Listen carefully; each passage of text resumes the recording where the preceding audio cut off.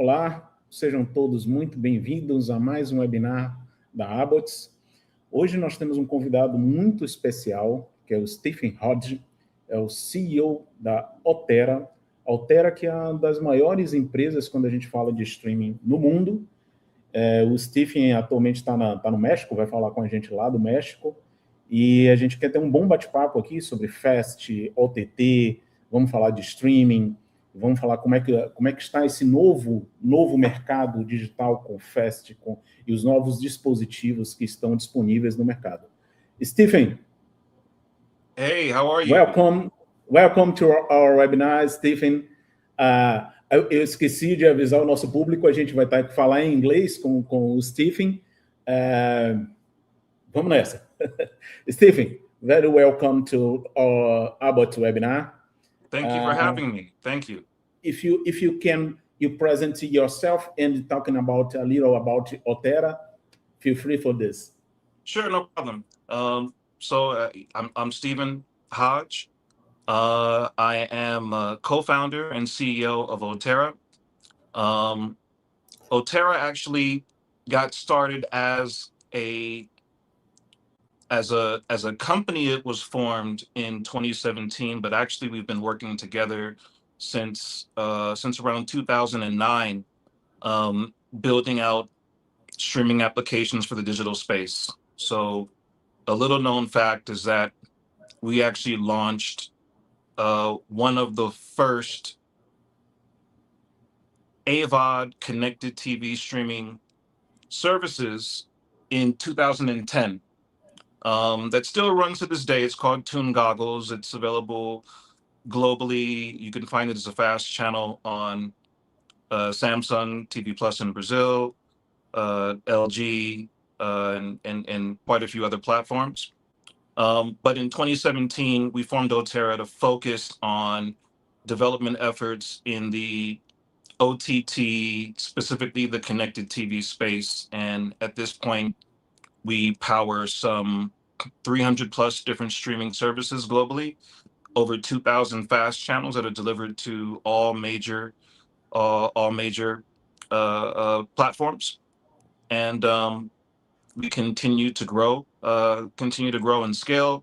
We have a few owned and operated properties. Just recently, we made the announcement that we've launched Ottera Media Group, and we have additional plans specific to the Brazilian market that we're going to be announcing very soon as well. Okay, great. It's a pleasure to have a company like Ottera in Abbott. Ottera it has Abbott associated.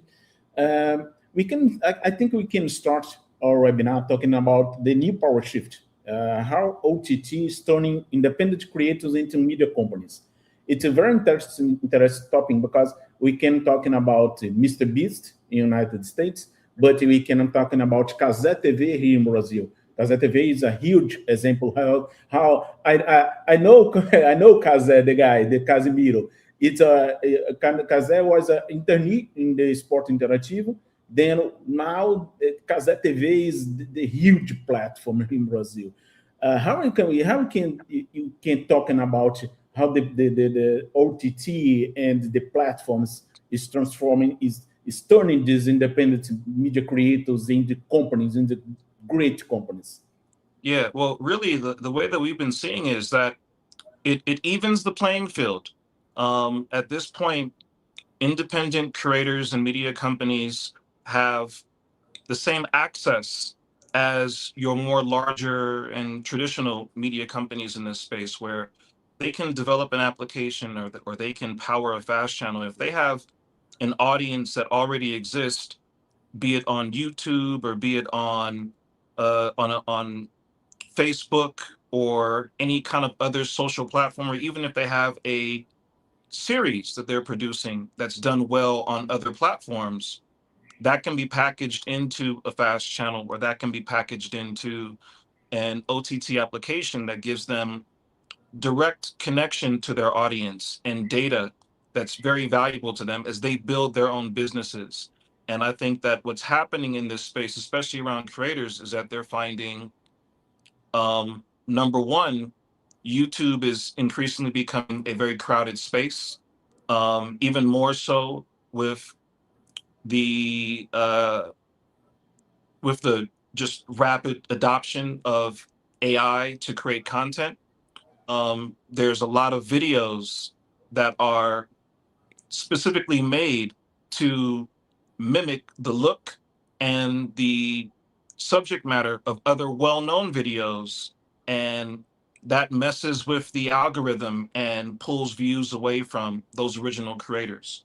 But also, there are quite a few creators that simply have strong fan bases that will follow them to other platforms. So I'll say, as an example, very recently in the United States, although the service is available globally, we launched a service alongside a popular artist.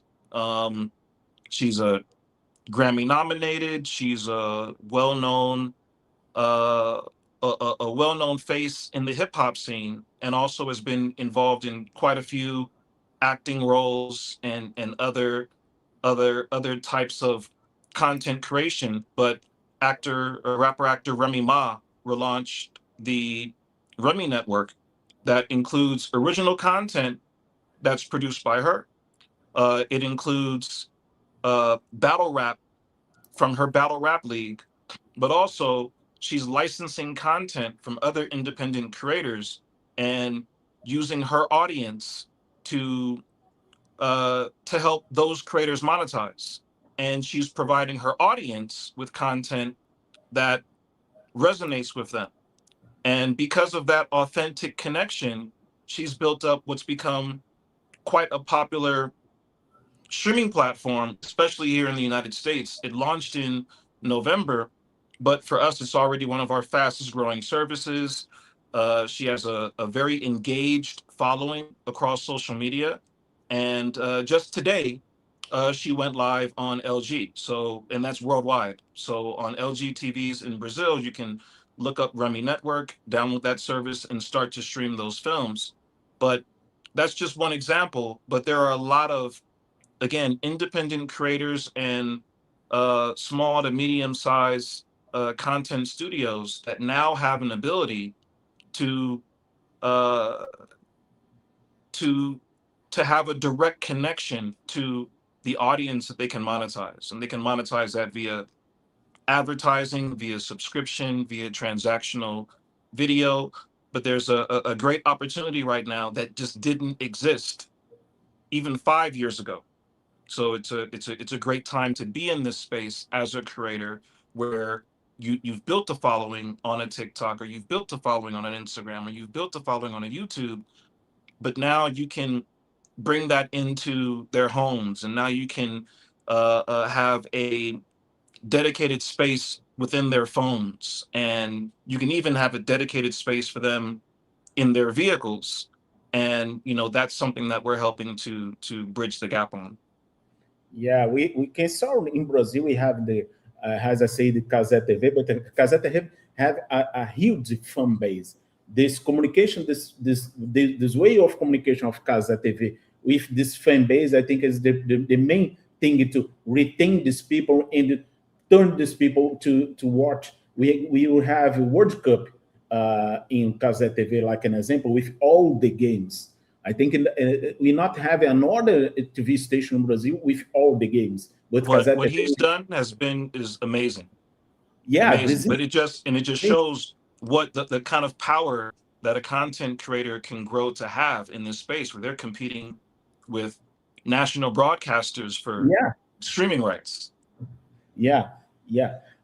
We can talking about it now. It's a subject I love, fast channels. Because we have a work group in NABOT about fast. We have a cooperation of Ottera. Luciana is make a cooperation for us in the fast channels work group in NABOT. and it's a subject I love, because I love to talk, because it's my day by day. I work on this. Then the fast is not. We have this topic here. Is fast is not the destination. Why the future of linear streaming lives inside the apps? We have a conversation here because we don't want to use this name fast. It's only TV, because the TV Correct. now is be fast. All the TV will be fast. If Correct. it's broadcast, if it's streaming, what you thinking about? What you can talking about is about fast channels. Yeah, I mean, I agree with what you said. Fast it's just TV at this point, and it's the natural progression of what broadcast was always meant to be. What fast allows broadcasters to do is send targeted advertising to viewers, and there's just no way that I can see a future where that's not going to continuously grow and flourish. The idea of advertising being stitched into programming and everyone needing to see the same thing is just not the way the future is looking at things. And I think that, YouTube and Facebook and others have proven that there's strong business models attached to being able to direct targeted advertising at viewers, and now that exists in the TV space, and that's not going to go away. The one thing that we consistently like to talk to people about with fast is just the fact that it needs to be treated like a business, and the money that comes to fast is not it's not automatic, in the sense that you distribute yourself onto a platform and then every time somebody is watching, there's going to be an advertisement. That does not happen without work. It happens. And we know many, many success stories. But for all of those success stories, they have teams, they're actively engaged in the process of selling advertising. And not only that, they're selling advertising, but they're also powering their own streaming platforms, because the distribution of fast has to live within an application. A fast Yeah. channel doesn't just play by itself. It has to play within an application environment. And the only sure way to have as close to a guarantee on distribution as you can and premium placement is to have the fast channel playing inside of your service. So the most successful fast channels that we know also have accompanying streaming platforms, or there are streaming platforms that then grew into also having a fast channel application to help to promote their streaming platform.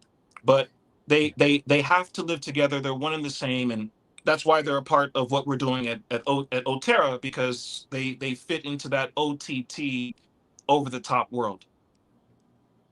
I think it is a very important thing you're talking about, is the fast channel is a business company, is a business model, because we saw here in Brazil some channels. Oh, I want to be a fast channel right now. I earn a lot of money in the next month.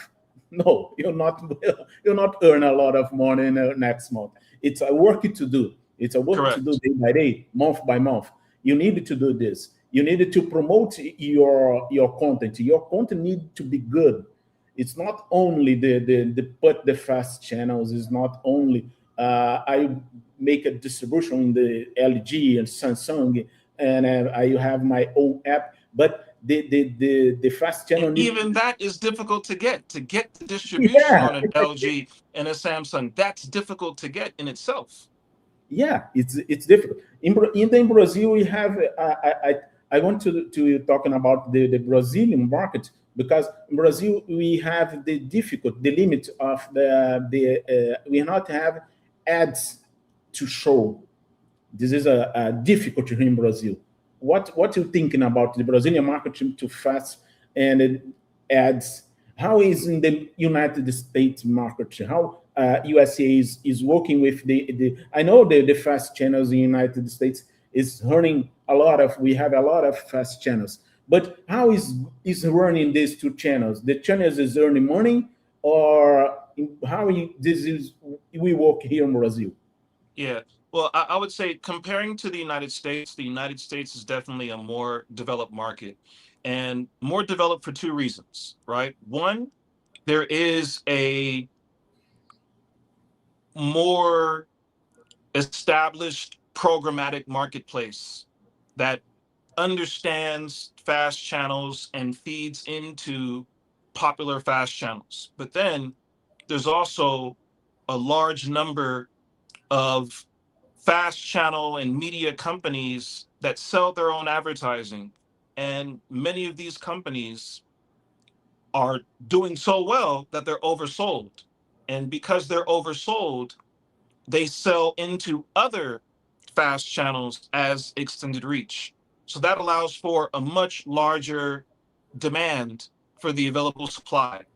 And the difference that we see in Brazil is that, number one, the programmatic marketplace is still establishing itself. It's not dead. It's definitely growing, and we see a lot of improvements, but it's not as well established as the US market.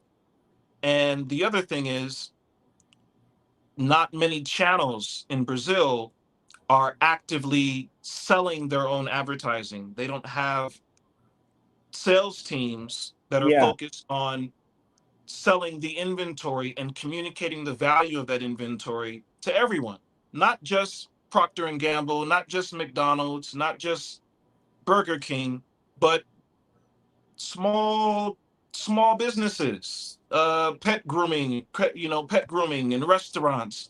That we don't see a lot of that happening currently, and that's part of what at least us as Ottera are looking to change. And we have a few uh, technologies that'll help make that easier, as well as a growing team on the advertising sales side that's focused on selling the inventories that we're responsible for. But again, the the the consumption, the usage in Brazil is amazing.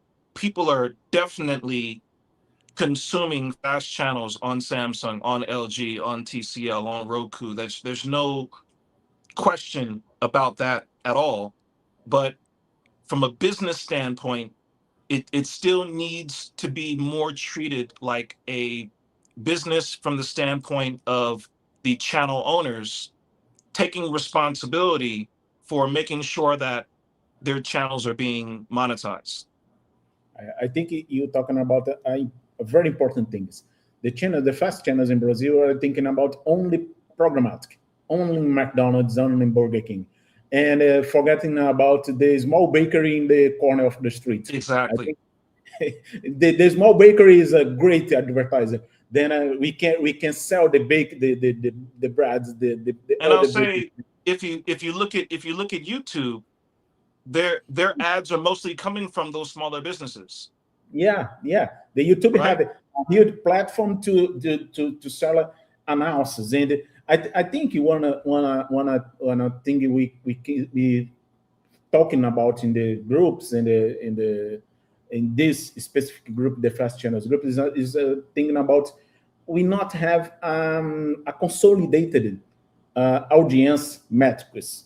We not have these metrics consolidated because LG have your metrics, Samsung have your metrics, Roku have your metrics. Then when the agency will make an advertising, oh, where I need to consult Samsung, I need to consult to ask to Samsung, to ask to LG about the numbers.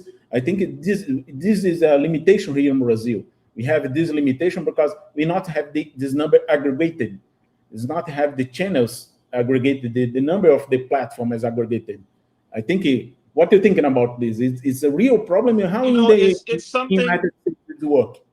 Yeah, so it's something that I hear a lot about, and I definitely agree. And it would be great if there was, you know, some shared transparent metrics across the board so that you know exactly what your numbers are on Samsung or what your numbers are on an LG. But on the flip side, the ad server that you're using has a lot of that information. So a Yeah. lot of that information is consolidated with your ad server. So if you're using a Spring server, if you're using a Publica, if you're using a Google Ad Manager, across all of those platforms, that metric is universal. The amount of ad requests, that's the metric that matters. You know what the ad requests are, you know how many ads are seen, and when talking to an agency, even a sophisticated agency, that's more what they're asking for. They're not really asking about your CDN consumption, just to be factual. Like they're asking about your request volume. They're asking about things that are related to your ad server, which if you're selling ads for your channel, you 100% have that. And that you're not getting that from Samsung, you're not getting that from LG. You have full control and access to that information. And that's what agencies are typically asking for. They're not asking for your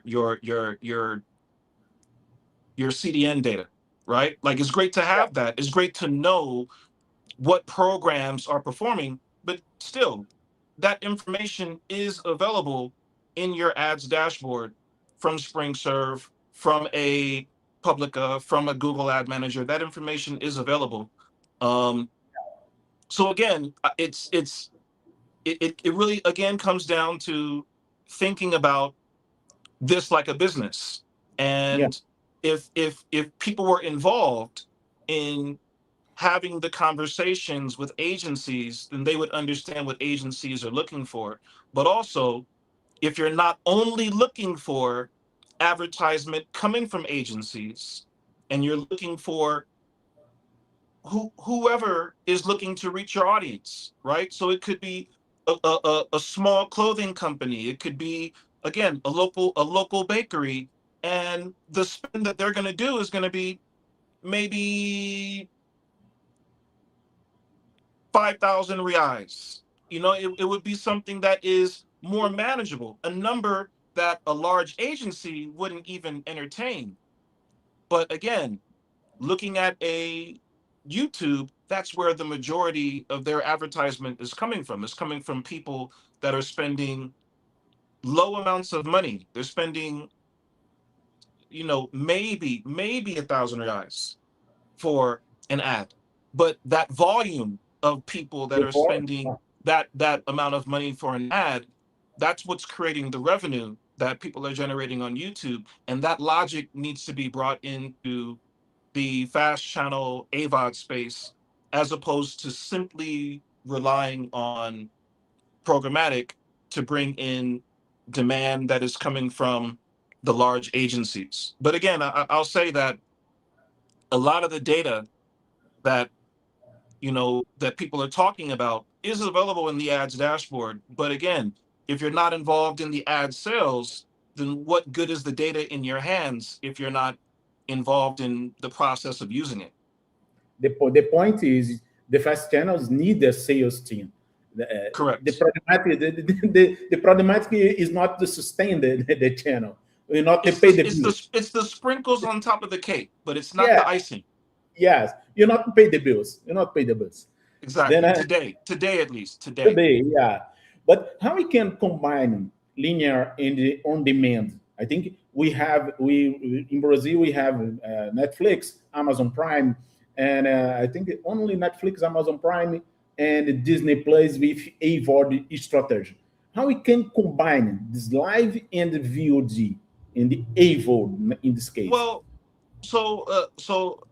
platforms like Samsung TV Plus and LG channels, they also include VOD in their packages. So they'll allow for you can license VOD along with your fast channel launch. But then on top of that, streaming platforms can be built to support fast channels and VOD. So I'll use a good example of a service that we have that's performing well in Brazil is Runtime.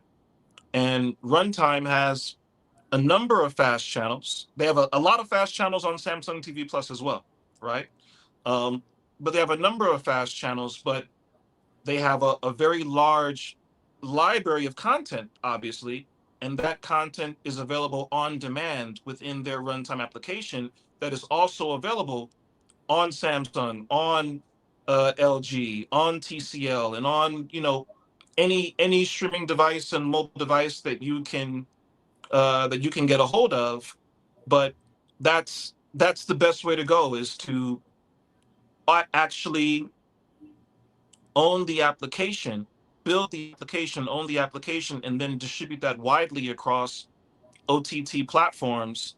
And then you have the ability to reap the benefits of fast channels playing in the application. We have a technology that we have with our fast channels that allows for uh, uh, when you're going through the EPG guide and you see a movie or a show that's in your VOD library that you want to watch, you can actually play that immediately from within the EPG, or you can start a movie from the beginning from within the EPG.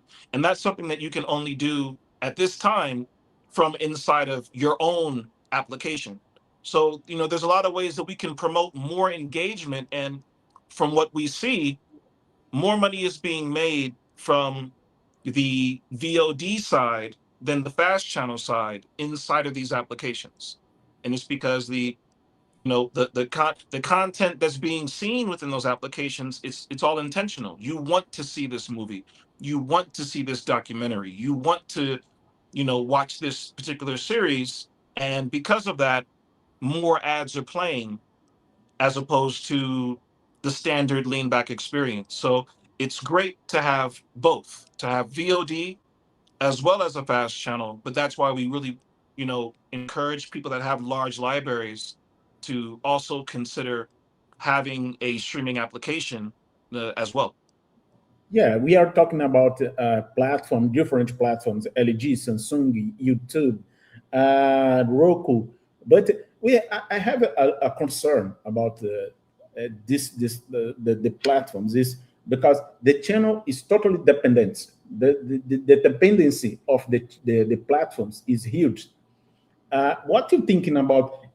I know every channel don't have, each channel don't have an app, different apps for each channel. It's impossible.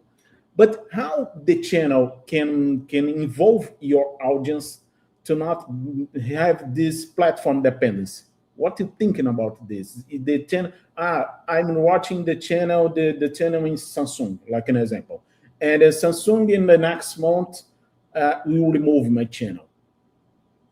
How the channel can work to remove this dependency?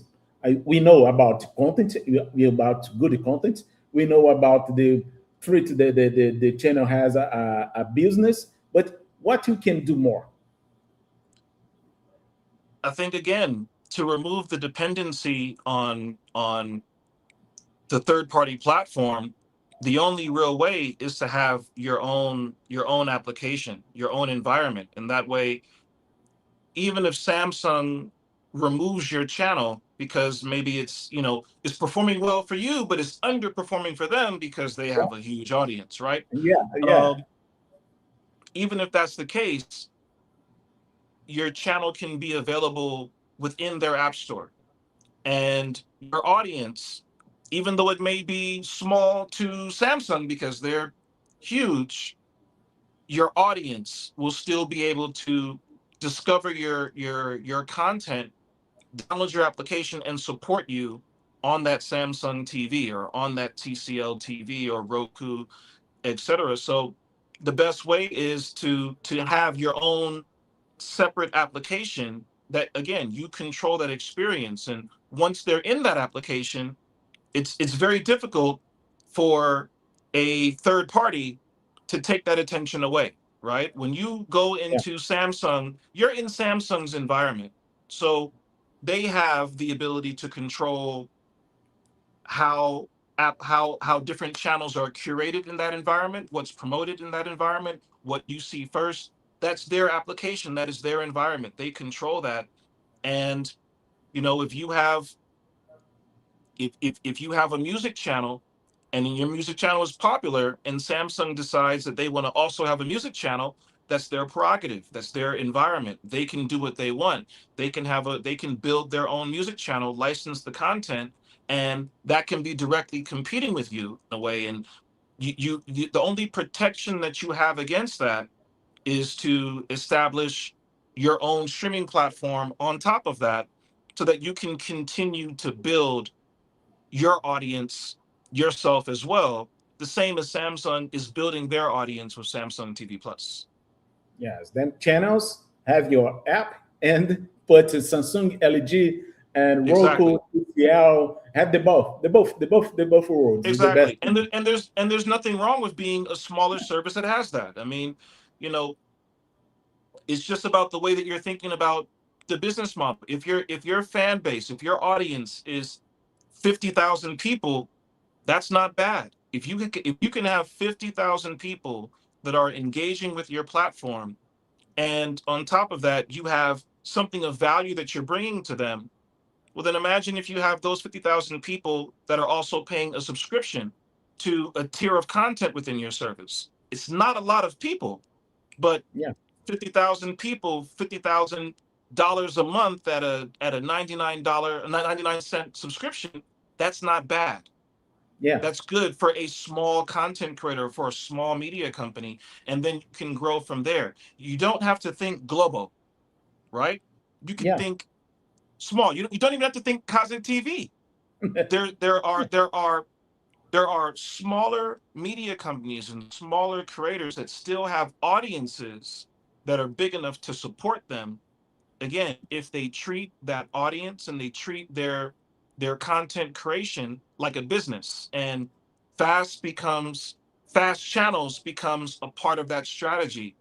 A streaming platform becomes a part of that strategy, and multiple business models within that platform become a part of that strategy. There can be AVOD, ad supported video on demand. There can be subscription video on demand. There can be transactional video on demand, all within one application. So you can provide access to different tiers of content that help you monetize and help to satisfy your audience. yeah. I think it's the way for channels is have the both worlds. Uh, let's talking about the next screen where the users will watch the contents we watch in applications. How cars we can be talking about cars and the XR device, Yes. redefining the content distribution. XR devices in Brazil is smart watch, smart glasses, and is VR Yeah, like the equipment. Meta Yeah, Quest, and MetaQuest, yeah, Apple Vision Pro. correct, Samsung Galaxy XR. Yes, how this is redefining the content distribution. I mean, I think it's the biggest game changer. I think that there are a lot of companies from Apple to Meta that are very much invested in this being the future of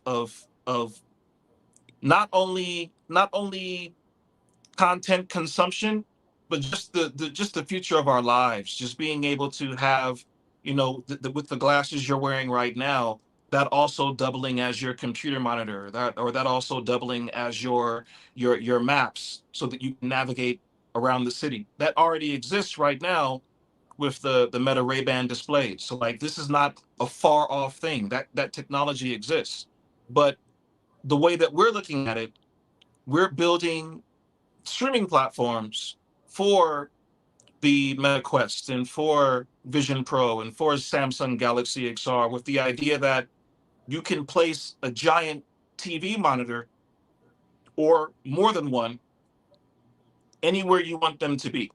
So, if you're in your bedroom but you want to watch a movie on a giant IMAX screen, you can do that. If you want to, from your living room, put yourself in an environment where maybe you're watching a western on a ranch. Those are things that we're doing right now with our technology, And that's what these devices are capable of. And we definitely see a big future in that. I mean, again, it's already here, and it's going to continue to iterate. The way that we're looking at it, in the next three to 5 years, it will be the new standard of how content is being consumed, be it on glasses or be it on a VR or XR headset. Is going to be the standard of how people play games. In Brazil, people are using PlayStation VR on their Yeah. PlayStation 5s. It's very common. We're already looking at porting our services over to PlayStation VR, but it's definitely moving in a direction where, number one, it's the most amazing way to watch content. I mean, from the comfort of your own home, to watch something on a screen that is the size of the largest screen in the movie theater is amazing in itself.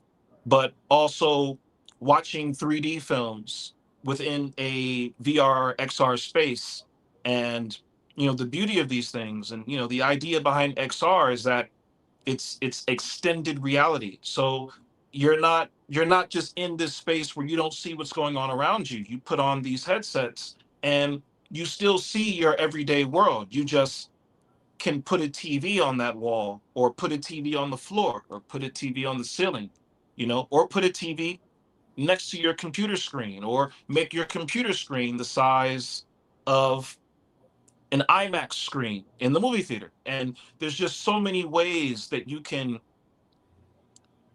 manipulate the experience to be tailored to you as an individual without, bothering anybody else. It's going to change things. People are going to be using these things as they walk around, or as they drive, or as they fly, or, definitely in the comfort of their home or in their offices. It's going to be a new way to consume content. And we're just focused on the OTT entertainment side of that, but we see so many other applications for the technology. Yes, and the applications need to modify the user experience, because they need to thinking about, if you are watching a soccer game, you are watching in I don't know, Apple Vision, and you have the mainstream on your front, and the statistics on the side, and Yes, the names of the players in another side, exactly. and or if you want to, you can see the bets about how it is going on, the bets, how is going on, the things in the game. I think it's very important to apps to modify the experience. 100%. In the movie, you can see the cast here in the side. You can have, which music is I'm listening now. You can see, I can play this music in YouTube. I can play this music on a Spotify. I think the app needed to redesign the user experience as well. So that exists. That exists. So right now, apps like the NBA app and even Red Bull, they allow for that, right? Even the Major League Baseball, like their applications already allow for, and F1 has an amazing app where you can actually, in a VR space, you can look at the course that they're driving, and you can manipulate it and move it around in front of you, and then watch different driver cameras on multiple screens that are in front of you. So that technology exists, and then on our side, we're happy to develop for it. So if there's ever an interest in exploring that, that's what we love to do. We're just inventors at the end of the day. So any opportunity that we have to play around with future technologies, that's what started this journey in the first place. Yeah, as I'm talking about Ottera, I think we can talking about Ottera beyond the window. What mean the beauty of Ottera Media Group, and what you need, what you have to announce, and you have the latest news on Brazil. I think on Brazil the first thing, but what you mean to build your Ottera Media Group? You know, so Ottera Media Group, while it's a new name, it's not a completely new idea for us. We started as